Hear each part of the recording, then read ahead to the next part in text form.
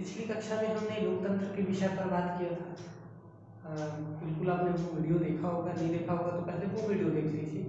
नीचे जो है हमारा डिस्क्रिप्शन, उसमें लिंक दिया हुआ है ना। आज हम उस चर्चा को आगे बढ़ाएंगे। आज का जो टॉपिक है वो कक्षा 10वीं के पॉलिटिकल साइंस वाला जो हमारा पार्ट है, आउटकम ऑफ डेमोक्रेसी, मतलब लोकतंत्र के परिणाम, इसमें से हमने जो है टॉपिक उठाया है। इस पर हम चर्चा करेंगे। लोकतंत्र के ऊपर हमने पहले भी बात की हुई है, अब पहले बिल्कुल उस वीडियो को देखिए। चलिए आज हम जो है उस विषय को आगे बढ़ाते हैं। आउटकम ऑफ डेमोक्रेसी या लोकतंत्र के परिणाम। लोकतंत्र शासन करने का एक सिस्टम है, एक व्यवस्था है। कहीं पर भी अगर हम शासन करना चाहते हैं, कोई एरिया है, कोई देश है, हम वहाँ शासन करना चाहते हैं, तो शासन करने की एक सिस्टम होती है, व्यवस्था होती है कि भाई आप कैसे शासन करेंगे। वैसे जो है लोकतांत्रिक शासन की व्यवस्था है और बहुत सारी व्यवस्थाएं हैं। चलिए देखते हैं कौन कौन सी व्यवस्था है। शासन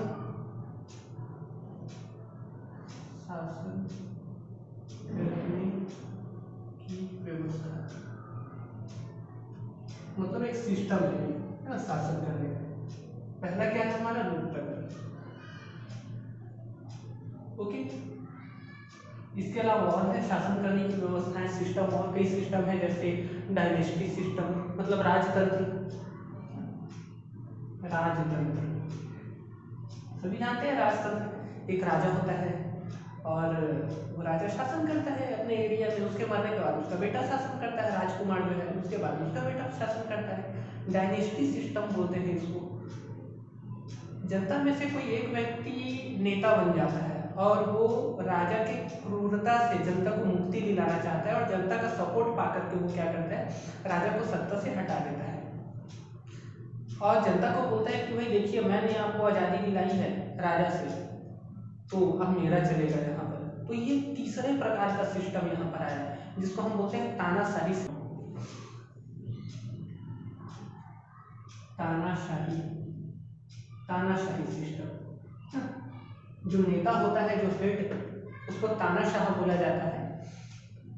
तानाशाह का मतलब होता है एक ऐसा नेता जो अपने सामने किसी की न चलने दे। वो अपने सदस्य जितने भी लोग हैं जो शासन व्यवस्था चलाने में उसकी मदद करते हैं, पब्लिक है, वो किसी की नहीं सुनता, वो केवल अपनी चलाता है। ये तानाशाह कहलाता है। बहुत सारे फेमस तानाशाह है, जैसे जिसको आज हम जो है रूस के नाम से जानते हैं, सोवियत संघ भी बोलते हैं हम उसको ना। पुराना सोवियत संघ, पूर्व सोवियत संघ और वर्तमान का रूस। मैप में आप रूस देखेंगे आपको दिख जाएगा वो एरिया, इमेज में देख रहे होंगे, जोसेफ स्टालिन। वैसे ही इराक की अगर हम बात करें तो इराक के भूतपूर्व राष्ट्रपति सद्दाम हुसैन, ये भी फेमस तानाशाह रहे अपने समय के। तानाशाह मतलब समझ रहे हो ना, एक ऐसा नेता जो अपने सामने किसी की ना चलने दे। एक प्रकार से अच्छा नेता नहीं माना जाता उसको। अच्छा नेता वही होता है जो सबको साथ लेकर के चले। एक और तानाशाह जिससे हम सभी परिचित हैं, हम सभी जानते हैं उसको, एडोल्फ हिटलर। जर्मनी के एडोल्फ हिटलर। ज्यादातर लोग जैसे बोल देते हैं ना, जैसे खराब टाइप का आदमी होता है, बहुत क्रूर टाइप का आदमी होता है, हम बोलते हैं एकदम हिटलर है ये हम उसको हिटलर की संज्ञा दे देते हैं। मैंने पढ़ा है हिटलर के बारे में, मेरे पास हिटलर की बायोग्राफी है, जर्मनी भाषा में लिखा है। मैन कैम्प नाम का ये किताब है ना, ये मैन कैम्प नाम का एक किताब है। तो ये मैन कैम्प का हिंदी एडिशन है, हिंदी में रूपांतरण इसका किया गया है। अब किताब तो बहुत मोटा है, पूरा नहीं पढ़ा है मैंने, आधा पढ़ा है, लेकिन इसका जीवन काफ़ी संघर्ष में रहा। बहुत अच्छा व्यक्ति लगा मेरे को। तो ये तो जैसा भी है, इसको लेकर पूरी दुनिया जो है एक तानाशाह के रूप में जानती है, एडोल्फ हिटलर। तो आप किसी से भी अगर पूछते हैं कि भाई शासन करने की इतनी सारी व्यवस्था है, लोकतंत्र, राजतंत्र, तानाशाही व्यवस्था, सबसे बेस्ट कौन सी है, तो कोई भी बता देगा कि भाई सबसे बेस्ट व्यवस्था तो ये है हमारी लोकतंत्री व्यवस्था। ओके, आप उससे पूछिए कि भाई भारत में लोकतंत्र है तो क्या भारत का सिस्टम बढ़िया चल रहा है, आप खुश हैं क्या भारत के सिस्टम से? वो बोलेगा अरे कहाँ सर, यहाँ तो मंदिर जाते हैं तो चप्पल को डिक्की में भर के जाते हैं, कहीं आते समय गायब ना हो जाए। तो वो तो हमारे पहुंच से बहुत दूर की बात है ना, हम उसको ध्यान में ही नहीं देते, कभी हम समझ नहीं पाएंगे उसको।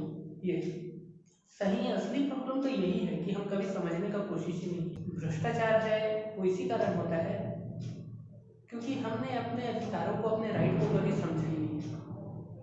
अगर हम सड़क पर चल रहे हैं, हमारे पास हेलमेट है, हमारे पास लाइसेंस है, आरसी है, सारा चीज़ है, लेकिन कहीं अगर सामने पुलिस वाला आ गया तो जब तक हम उसको क्रॉस नहीं कर लेते तब तक हमारा हार्ट बीट बढ़ा हुआ रहता है कि कहीं रोक ना दे, कुछ मांग ना दे, ये रहता है। तो सबसे ज़्यादा इम्पोर्टेंट है कि हम अपने ह्यूमन राइट को, हमारे जो अधिकार कॉन्स्टिट्यूशन में जो हमें अधिकार मिले हैं, हम सभी अपने अधिकारों को जानें। समानता का अधिकार, स्वतंत्रता का अधिकार, बहुत सारे जो अधिकार हैं, आर्टिकल 12 से लेकर के आर्टिकल 35 तक जो है पूरा अधिकारों का ही वर्णन है। हम सबसे पहले उसे समझें, तब हम कुछ निर्णय लें तो ज़्यादा बेटर है। ओके, अब देखिए यहाँ पर लोकतंत्र दिखता नहीं है। अगर हम जनता से पूछे तो ठीक है भाई, लोकतंत्र बहुत अच्छी चीज़ है, लेकिन भारत में लोकतंत्र दिखता नहीं है। भारत में लोकतंत्र की व्यवस्था है, लेकिन लोकतंत्र दिखता नहीं है। भाई क्यों नहीं दिखता? लोकतंत्र का मतलब होता है जनता की भागीदारी सरकार में दिखनी चाहिए। लोकतंत्र का मतलब केवल ये नहीं होता कि भाई हम वोट डाल सकते हैं, ये तो नहीं है। तो चुनाव का अधिकार है ना, सिंपल सी बात है। जहाँ लोकतंत्र नहीं है वहां पर भी इतना काम किया जा सकता है कि भाई अपना राजा आप स्वयं चुन लीजिए, बाकी जो है शासन कैसे करना है वो राजा चलाएगा, तुम बीच में दखलंदाजी नहीं करोगे। ये इतना व्यवस्था कर सकते हैं, इसको लोकतंत्र नहीं बोलेंगे कि केवल चुनाव में हम पार्टिसिपेट कर सकते हैं, यही लोकतंत्र है। लोकतंत्र मतलब जनता का अधिकार दिखना चाहिए, वहाँ पर जनता शासन कर रही है ये दिखना चाहिए। यहाँ पर ऐसा नहीं होता है, यहाँ पर सरकार अलग है ना, हम बिल्कुल जो है अलग टाइप से। हमको तो सरकार की जो शब्दावलियाँ हैं वो ज़्यादातर पब्लिक को समझ में भी नहीं आती कि भाई चलिए ये क्या है, बजट सत्र चल रहा है ना, शून्यकाल किसको बोलते हैं, तारांकित प्रश्न क्या है, तारांकित प्रश्न क्या है, ये बहुत सारी शब्दावलियाँ हैं जो उस खास उस विषय को लेकर के जिसने स्टडी किया है वो समझेंगे। आम जनता की बात करें तो वो नहीं समझेंगे। वो चुनाव के अलावा न्यूज़ में ज़्यादातर जो है कुछ चीज़ें वो देखता भी नहीं है। बजट पेश हो रहा है हमारे देश का, वो नहीं देखेगा, कोई मतलब नहीं है, ठीक है ना। न्यूज़ में पढ़ लिया, ठीक है, किसानों के लिए इतने 1000 करोड़ का बजट निकाला, अच्छी बात है, ध्यान नहीं देगा। लेकिन अगर वही चुनाव की बात आई तो वो बिल्कुल सुबह से टीवी ऑन करके लगा रहेगा। ड्यूटी गया है तो वहाँ पर भी बिल्कुल वो टच में रहेगा, अरे भाई यहाँ से कौन जीता, कौन आगे है, कौन पीछे है। तो चलिए अच्छी बात है, कम से कम चुनाव के माध्यम से ही हम इन्वॉल्व तो हो रहे हैं पॉलिटिक्स में। अगर ये नहीं होता चुनाव तो हम तो इतना भी नहीं जानते, कम से कम पॉलिटिक्स हमारे लिए बिल्कुल दूर की कौड़ी होती। तो मेन हमारा बात यहाँ पर अटका हुआ है कि हमारे देश में लोकतंत्र है, लेकिन फिर भी ये लोकतंत्र दिखता क्यों नहीं है। प्रॉब्लम यहाँ पर फिर से आके खड़ा हो जाता है। भाई लोकतंत्र दिखना चाहिए, जनता का पार्टिसिपेशन दिखना चाहिए। अब भाई समस्या ये है कि भाई चलिए लोकतंत्र दिखना चाहिए, मतलब कोई भी काम करने से पहले जनता को, मतलब शासक को जनता से पूछना चाहिए कि भाई ये काम करें कि नहीं। लेकिन 135 करोड़ की जनसंख्या है, कहाँ किसके पास पूछते जाएंगे कि सर ये काम होना चाहिए कि नहीं। लेकिन क्यों नहीं पूछ सकते? चुनाव के समय तो एक एक घर की गेट पर आप 5-5 बार जाते हो कि भाई आपके एरिया से खड़ा हूँ, देख लेना थोड़ा है ना, हमें वोट देना। बाहरी आदमी लोग खड़े हैं उसको वोट नहीं देना, अपने एरिया का आदमी होना, अपने लोगों को वोट देना। 5-5 बार जाएंगे एक के घर में, लेकिन काम कराने के लिए चुनाव जीतने के बाद क्या हम एक बार नहीं जा सकते कि भाई हम आपके एरिया में ये बनाना चाहते हैं, ये निर्माण कराना चाहते हैं, एक टंकी बनवाना चाहते हैं। टंकी बनवाएं कि बोर बनवाएं? बोर में क्या होगा, आप time to time on off कर सकते हैं, टंकी में आप जो है कभी भी यूज़ कर सकते हैं। बोर में फ्रेश पानी मिलेगा, लेकिन उसमें फ्रेश नहीं मिलेगा, लेकिन 24 घंटा रहेगा पानी। ये डिसीजन है ना पब्लिक के बीच में अगर आप लें, ज़्यादा बेटर है, जनता की भागीदारी दिखेगी ना। बीच में आप एक जो है जनसभा लगाएं, जनसभा लगती भी है तो पॉलिटिक्स से रिलेटेड जो लोग हैं ज़्यादातर वही जाते हैं वहाँ पर। आम जनता तो इन्वॉल्व नहीं होती है, उसको अपने कमाने खाने से फुर्सत नहीं है। जागरूक होना बहुत ज़रूरी है जनता का। चुनाव के दिन दिखता है लोकतंत्र जो है, जनता का जो वैल्यू है वो चुनाव के दिन दिखता है। नेता बिल्कुल एकदम वाइट का जो है पहना हुआ रहेगा, हाथ जोड़ के खड़ा रहेगा हमारे सामने ही ऐसा, भैया बिल्कुल देख लीजिए कि आपके एरिया का बच्चा हूँ मैं, क्या माता जी, क्या माता जी के पैर में दर्द है क्या, चलिए माता जी प्राइवेट ऑटो आपके लिए, तुरंत प्राइवेट ऑटो उसके लिए ना, प्राइवेट ऑटो जाएगा, वोट दिलवाएगा, लाके घर में छोड़ेगा। कोई लड़का बोलेगा अरे भाई तू पहले चल तो बैठ मेरे साथ बाइक में पीछे, पहले वोट डालो उसके बाद दूसरा काम करो। मताधिकार बहुत जरूरी है, ये वोट डाल दिए उसके बाद फिर कुछ नहीं, आपका वैल्यू नहीं है। वो बोलेगा अच्छा वोट डाल दिए, ठीक है, चुनाव का माहौल है, खराब है माहौल, घर जाके सो जाओ चुपचाप, इधर उधर मत घूमो, फिर उसके बाद वो जो है आपके सामने नहीं आने वाला कभी भी। ये स्थिति होती है। तो जब तक हमने वोट नहीं डाला है, चुनाव का जो समय है, चुनाव के दिन हमने जब तक वोट नहीं डाला तब तक लगता है कि भाई हम पार्टिसिपेट हैं, गवर्नमेंट में पार्टिसिपेट कर रहे हैं, जनता का शासन है। उसके बाद नहीं है ना, उसके बाद दिखता नहीं है जनता का शासन। ये सारी स्थितियाँ हैं। तो समस्या फिर से ये है कि भाई क्या हमें एक एक जनता से पूछना चाहिए? बिल्कुल पूछना चाहिए, क्यों नहीं पूछ सकते हैं भाई? चुनाव के समय एक एक घर में जा सकते हैं, तो चुनाव जीतने के बाद क्या एक बार नहीं जा सकते? अगर नहीं जा सकते, किसी के घर में हम नहीं जा सकते, तो ये एक व्यवस्था हम कर सकते हैं कि कोई एक पर्ची बनवा दो। चुनाव के समय क्या होता है, हर घर में 10-10, 15-15 पर्चियां सुबह से शाम तक फेंकी जाती है। कोई काम कराना है, एक पर्ची बना लो। फॉर एग्जाम्पल के लिए अपने एरिया में स्काई वॉक बनाना है, तो स्काई वॉक बनना चाहिए कि नहीं बनना चाहिए? यहाँ क्वेश्चन लिख दिया, स्काई वॉक बनाया जाना है इतने बजट के साथ, आपकी क्या राय है, यस या नो? अगर आपको अच्छा लगता है तो आप यस में टिक लगाइए, जमा कर दीजिए उसको। पसंद नहीं है तो आप नो में टिक लगाइए, जमा कर दीजिए। 50 करोड़ के बजट से स्काई वॉक बन रहा है। अगर जनता से एक बार पूछ लिया जाता तो यहाँ पर क्या होता, फिर गवर्नमेंट किसी की भी रहे, जनता का आदेश है तो वो अभी तक कंप्लीट हो जाया रहता। लेकिन जनता का आदेश में अभी कंफ्यूजन है। पहली जो सरकार थी वो था कि भाई चलिए जनता की सुविधा के लिए बना रहे हैं, लेकिन जब दूसरी सरकार है तो वो बोले नहीं, यहाँ पर तो इससे अच्छा कुछ ऑप्शन है हमारे पास, ये तो बिल्कुल क्या है, फिजूल खर्च है। तो सबका अपना अपना व्यू होता है, कोई गलत नहीं होता है ना, सब कुछ सोच समझ करके ही बोलते हैं। लेकिन अगर यही बात जनता से पूछ करके इसी काम को अगर चालू किया जाता तो वहाँ सही गलत सोचने का कुछ मायने ही नहीं था। जनता का आदेश है, बनाना है मतलब बनाना है। तो एक काम ये किया जा सकता है कि भाई अगर हम एक एक के घर में नहीं जा सकते तो एक पर्ची बनवा लीजिए, है ना, एक जैसा वोट डालते हैं ना ऐसा वोट डाल दिया जाए कि भाई ये काम होना चाहिए कि नहीं होना चाहिए। पूरी जनता अपना राय देगी और उसके हिसाब से कितने ने यस बोला है, कितने ने नो बोला है, उसके हिसाब से हम डिसीजन ले लेंगे। ठीक, या तो फिर एक सभा मैनेज कर सकते हैं ना, जहाँ पर सभी घर से जैसे गांव में होता है ना, गांव में ऐसे जनसंख्या कम होती है तो वहाँ हो जाता है। यहाँ लोकल स्तर पर जैसे मोहल्ला स्तर पर पार्षद वगैरह अगर कुछ काम कराना चाहता है तो काम कराने से पहले जनता के बीच में सलाह मशवरा कर दे। इससे जनप्रतिनिधि का और जनता के बीच का जो कांटेक्ट है ये भी बना रहेगा। नहीं तो होता यह है कि 5 साल तक हम देखते ही नहीं है शक्ल पार्षद का, और चुनाव के समय वो सुबह से शाम तक दिख जाएगा, गेट के बाहर निकलो कहीं ना कहीं दिखेगा वो, नजर एक बार घुमाओगे तो, लेकिन वो 5 साल तक फिर नहीं दिखेगा। इससे क्या होगा, कंटेंट भी बना रहेगा हमारा, है ना, हम समझेंगे अपने क्षेत्र के पार्षद को कि भाई नहीं ये सही है। अगर वो सही काम भी कर रहा है और वो हमारे नज़रों से दूर है तो हम यही सोचेंगे अरे वो तो बस ऐसा ही है, ये स्थिति है। तो बहुत अच्छी बात है, ये सारी चीज़ें करना चाहिए और बहुत सारे देशों में ये फॉलो भी किया जाता है इस रूल को। आज से 4 साल पहले की घटना है, सन 2016 की शायद घटना है, मैं न्यूज़ में पढ़ा था, स्विट्जरलैंड की घटना है ये। स्विट्जरलैंड में क्या हुआ था कि वहाँ पर हर चीज़ जो है मशीनीकृत हो गया है, हर जगह रोबोट यूज़ किया जा रहा है। ऑफिस में रोबोट यूज़ होता है, सामान पैकेजिंग करने में रोबोट यूज़ होता है ना, सामान कोई प्रोडक्ट बना रहे हैं वहाँ पर रोबोट यूज़ हो रहा है। तो इस कारण बहुत सारे लोगों की नौकरियाँ चली गई थी। अब सरकार ने देखा कि भाई बहुत सारे लोग बेरोजगार हो गए हैं, तो गवर्नमेंट ने जो है एक डिसीजन लिया कि जितने भी लोग यहाँ पर हमारे नागरिक हैं हम उनको 25 स्विस फ्रैंक, है ना, स्विस फ्रैंक जैसे हमारे यहाँ रुपया चलता है ना, वहाँ स्विस फ्रैंक चलता है, तो सभी हमारे जितने भी नागरिक हैं हम सभी नागरिक को 25 स्विस फ्रैंक पर मंथ देंगे। बच्चों को भी हम लगभग 625 स्विस फ्रैंक पर मंथ देंगे।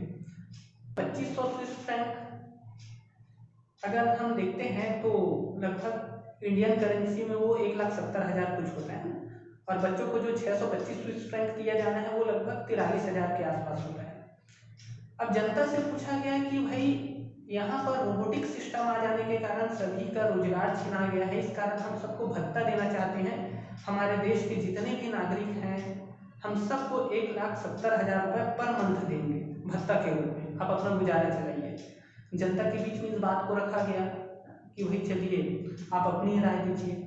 मैक्सिमम जनता ने मना कर दिया, आधे से ज़्यादा जनता ने ये कहा कि भाई अगर आप हमें 1,70,000 रुपये देंगे, हम कुछ काम हम कर नहीं रहे, हम कमा नहीं रहे, देश के प्रोडक्शन में हम बिल्कुल भागीदार नहीं है, इसके बावजूद अगर आप हमें 1,70,000 रुपये देते हैं तो देश की स्थिति क्या होगी, देश की अर्थव्यवस्था तो पूरा लड़खड़ा के गिर जाएगी। आप इस पैसे को देश के डेवलपमेंट में लगाइए, देश के विकास में लगाइए। ये उनकी सोच थी। अगर हम अपने इंडिया की बात करें तो 1,70,000 तो दूर की बात है, 1,070 रुपए अगर किसी को पता चल गया इस योजना के तहत सरकार दे रही है, आदमी सब अपना काम धाम छोड़ करके सुबह से लग जाएगा लाइन में।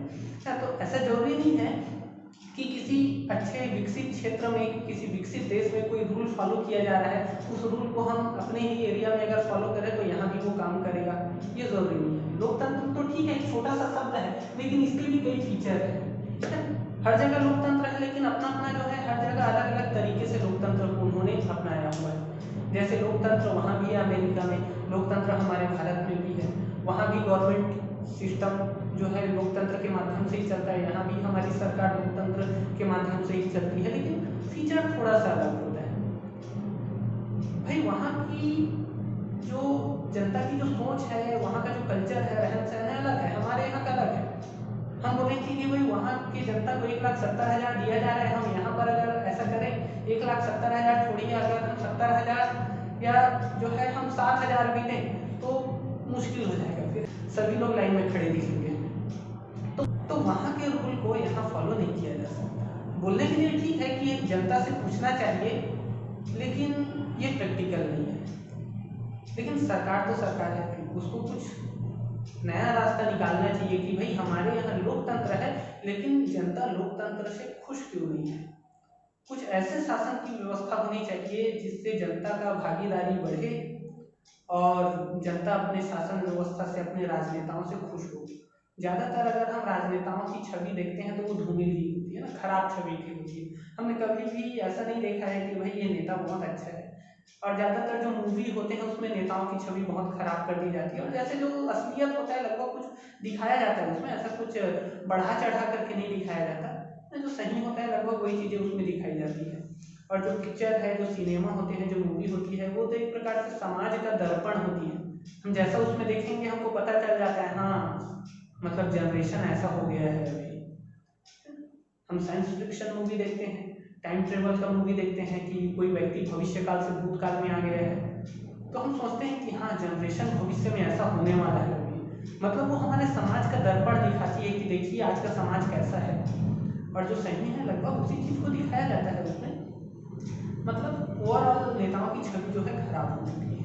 ठीक, तो कुछ ऐसा करना चाहिए हमारे सरकार को, हमारे देश के सरकार को, कि भाई ये जो छवि खराब है ये सुधरे जनता के बीच में।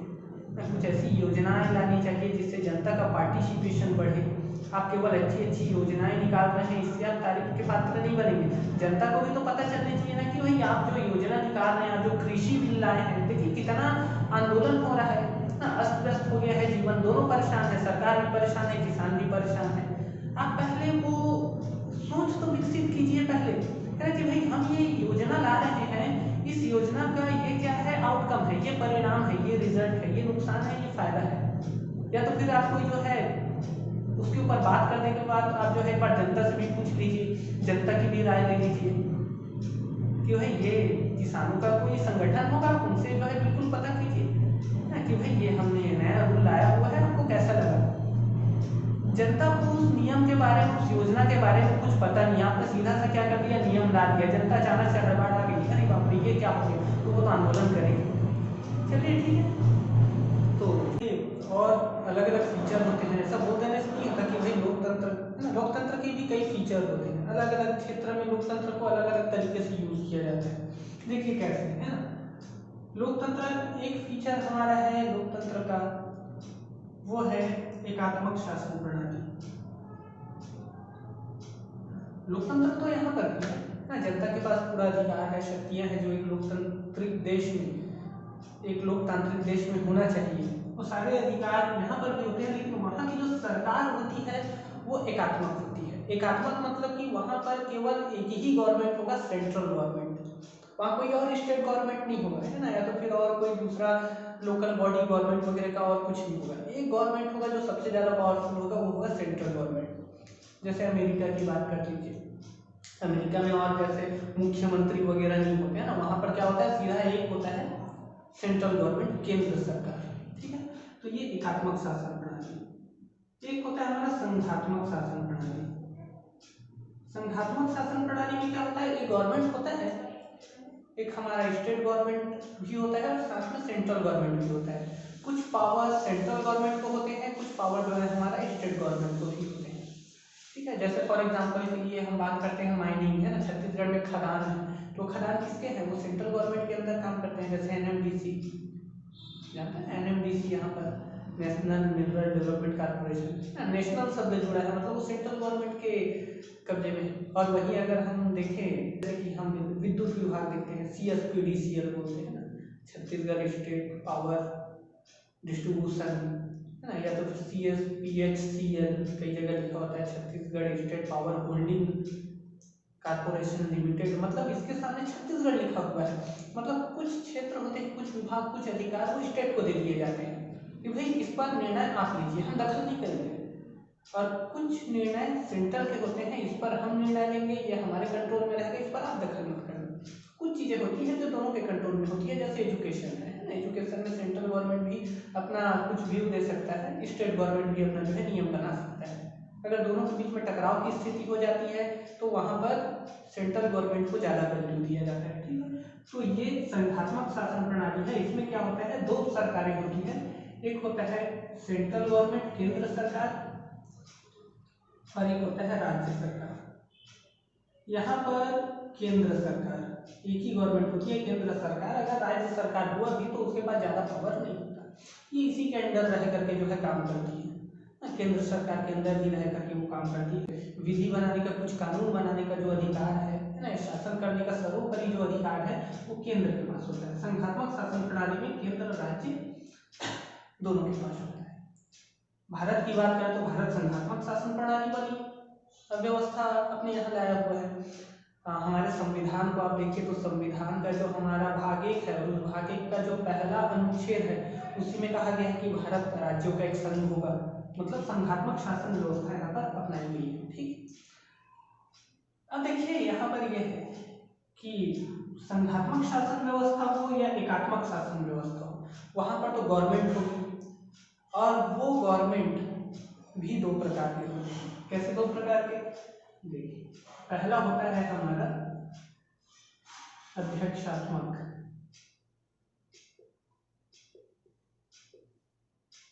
ये एक गवर्नमेंट का टाइप है, एक गवर्नमेंट का प्रकार है अध्यक्षात्मक शासन। कहीं पर जो गवर्नमेंट होता है वो अध्यक्षात्मक होता है और कहीं की जो सरकार होती है वो संसदीय होता है ना, संसदीय। कहीं पर अध्यक्षात्मक शासन प्रणाली इस्तेमाल की जाती है तो कहीं पर संसदीय शासन प्रणाली।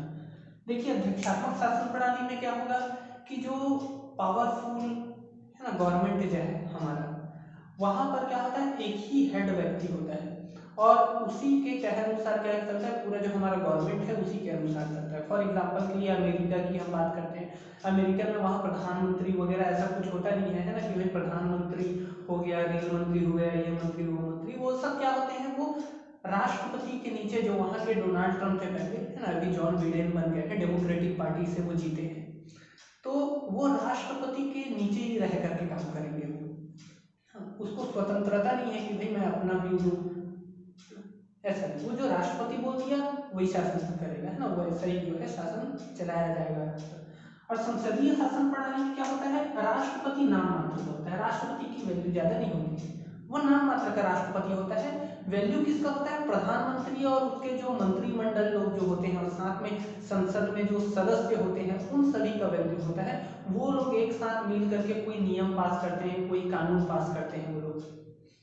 यहाँ पर क्या होता है, अध्यक्षात्मक शासन प्रणाली में एक हेड होता है राष्ट्रपति, वही सारे रूल बनाता है, वही अकेला शासन करता है, बस वो सहयोग किसी का ले सकता है, लेकिन जरूरी नहीं है वो किसी के अंडर रहे या किसी के दबाव में रहे, ये फ्री होता है काम करने के लिए। वही अगर हम संसदीय शासन प्रणाली की अगर बात करते हैं तो यहाँ पर राष्ट्रपति का उतना वैल्यू नहीं होता, वो नाम मात्र का राष्ट्रपति होता है। यहाँ पर वैल्यू प्रधानमंत्री का होता है और उसके जो मंत्रिमंडल होते हैं, कैबिनेट है ना, मंत्री परिषद के जो मंत्री सभी होते हैं और हमारे जो सांसद लोग होते हैं वो सभी का वैल्यू होता है, वो सब मिल करके वहाँ कोई कानून बनाते हैं। ठीक, ये व्यवस्था हम एक बार देख लेते हैं। शासन करने की व्यवस्था 3 प्रकार की व्यवस्था है, लोकतंत्र, राजतंत्र, तानाशाही। राजतंत्र मतलब राजा का जो शासन रहेगा ना, डायनेस्टी सिस्टम, तानाशाही मतलब ब्यूरोक्रेट वाला सिस्टम, वहाँ पर एक लीडर रहेगा, उसी का चलेगा ना, उसको हटाया नहीं जा सकता लीडर को, ये भी आप ध्यान रखिए। यहाँ पर तो अध्यक्षात्मक शासन प्रणाली में क्या है, अकेला शासन करेगा, वो किसी के अंडर में नहीं रहेगा, लेकिन उसको हटा सकते हैं। जैसे अभी डोनाल्ड ट्रंप को हटा दिया ना, डोनाल्ड ट्रंप, वहाँ पर अमेरिका में घटना हुई थी, एक जो एफ्रो अमेरिकन जो व्यक्ति था ना, वहाँ पर जैसे अमेरिका में काले लोग भी रहते हैं, गोरे लोग भी रहते हैं, जो काले लोग थे वो क्या थे, एक समय में अफ्रीका में थे, उनको गुलाम बना करके इधर लाया गया था अमेरिका में, तो वो उनको हम एफ्रो अमेरिकन बोल देते हैं। तो एक ब्लैक पर्सन था, है ना, एक काला आदमी था, उसको एक पुलिस वाला जो कि गोरा था, उसने क्या कर दिया था, अपने घुटनों के नीचे दबा करके उस समय तक रखा था, जिसके कारण उसकी मृत्यु हो गई, है ना, उस दर्द को झेल नहीं पाया, उसकी जो है मृत्यु हो गई थी। तो जनता ने इसको अलग दृष्टिकोण से देखा कि भाई ये गोरा आदमी एक काले आदमी को मार दिया, मतलब यहाँ पर रंग भेद दिख रहा है। और जनता ने बहुत बड़ा आंदोलन किया था, इतना बड़ा आंदोलन किया था कि डोनाल्ड ट्रंप को अपने व्हाइट हाउस के नीचे बंकर में भी जाके छुपना पड़ा था। भैया कब तक छुपोगे, चुनाव के दिन तो सामने निकल के आओगे ना। और जनता ने अपने अधिकार का इस्तेमाल किया और उसको राष्ट्रपति पद से हटा दिया। अब वो बोल रहा है कि भाई चुनाव में घपला हुआ है, घपला हुआ है, उसके बोलने से क्या हो गया, है ना, रिजल्ट तो अपना गया, राष्ट्रपति कोई और बन गया है। तो ये स्थिति है। यहाँ पर अध्यक्षात्मक शासन प्रणाली में जनता के पास पावर होता है, यहाँ पर तानाशाही में नहीं होता है, ठीक है। अगर हम लोकतंत्र की बात करें तो लोकतंत्र भी मुख्य रूप से दो प्रकार के फीचर हमको इसमें देखने को मिलते हैं। कई जगह लोकतंत्र तो होता है, लेकिन एकात्मक शासन प्रणाली होता है, जनता केवल केंद्र सरकार को चुनती है। कई जगह अगर एकात्मक शासन प्रणाली वाली व्यवस्था है, वहाँ लोकतंत्र है और वहाँ एकात्मक शासन प्रणाली को अपनाया गया है, तो जनता केंद्र सरकार को चुनेगी, सेंट्रल गवर्नमेंट को, और वही पूरे भारत पर या उस पूरे राष्ट्र पर शासन करेगी, है ना। जैसे कोई भी राष्ट्र है तो वहाँ पर वो शासन करेगी। संघात्मक शासन प्रणाली में क्या होता है, जनता स्टेट लेवल पर भी गवर्नमेंट चुनता है, सेंट्रल लेवल पर भी गवर्नमेंट चुनता है, जैसे कि हम सांसद भी चुनते हैं, लोकसभा के सदस्य चुनते हैं ना भी, और हम विधायक भी चुनते हैं, स्टेट लेवल पर भी लोगों को, नेताओं को हम चुनते हैं। तो यहाँ पर सेंट्रल लेवल का नेता सेंट्रल में जाकर शासन करेगा, स्टेट लेवल का नेता स्टेट में शासन करेगा। कुछ अधिकार उसको दे दिए गए हैं, कुछ अधिकार इसको दे दिए गए हैं कि भाई आपका काम ये है, आप केवल ये काम कीजिए, इसके काम में दखल मत दीजिए, आप इसके काम में दखल मत दीजिए, ठीक है। एकात्मक शासन व्यवस्था हो या संघात्मक शासन व्यवस्था हो, यहाँ की जो सरकारें हैं ये भी दो प्रकार की हो सकती है, या तो वो अध्यक्षात्मक होगा या संसदीय होगा। अगर अध्यक्षात्मक है तो वहाँ राष्ट्रपति प्रमुख होगा, सारे डिसीजन राष्ट्रपति के द्वारा लिए जाएंगे और वास्तविक प्रमुख कहा जाएगा राष्ट्रपति को। लेकिन अगर वो संसदीय शासन प्रणाली है तो वहाँ संसद के जो सदस्य हैं उनकी वैल्यू होगी, सांसदों की वैल्यू होगी, मंत्रियों की वैल्यू होगी, प्रधानमंत्री जो उनका हेड है उसका सबसे ज़्यादा पावर होगा। तो हमारे यहाँ जैसे कि जानते हैं भारत में संसदीय शासन व्यवस्था है, अमेरिका में अध्यक्षात्मक शासन व्यवस्था है। वैसे अगर लोकतंत्र तो दोनों जगह है, लेकिन अगर इसकी बात करें तो अमेरिका में एकात्मक शासन प्रणाली है और भारत में संघात्मक शासन प्रणाली है। ओके, चलिए वीडियो को ज़्यादा ना लंबा करते हुए हम जो है अगला जो चर्चा है उसको अगले वीडियो के लिए बचा के रखते हैं। आप सभी वीडियो के साथ बने रहिए, छोटी छोटी जानकारी हम इस वीडियो के माध्यम से आप तक पहुँचाते रहेंगे। आप वीडियो को बार बार देखते रहिए। अगर आपने अभी सब्सक्राइब नहीं किया है तो मैं बार बार बोल रहा हूँ कि भैया आप सब्सक्राइब कर दें, क्योंकि जब मैं वीडियो डालता हूँ तो बहुत कम व्यू आता है, लेकिन जब मैं लिंक भेजता हूँ तो उसके बाद अचानक से व्यू बढ़ जाते हैं। मतलब आपको जानकारी नहीं मिल पा रही है कि अभी तुरंत नया वीडियो जो है डलाया गया है। इस कारण सब्सक्राइब कर लीजिए, शेयर कीजिए वीडियो को, ताकि ये जो हमारा नॉलेज है ज़्यादा से ज़्यादा लोगों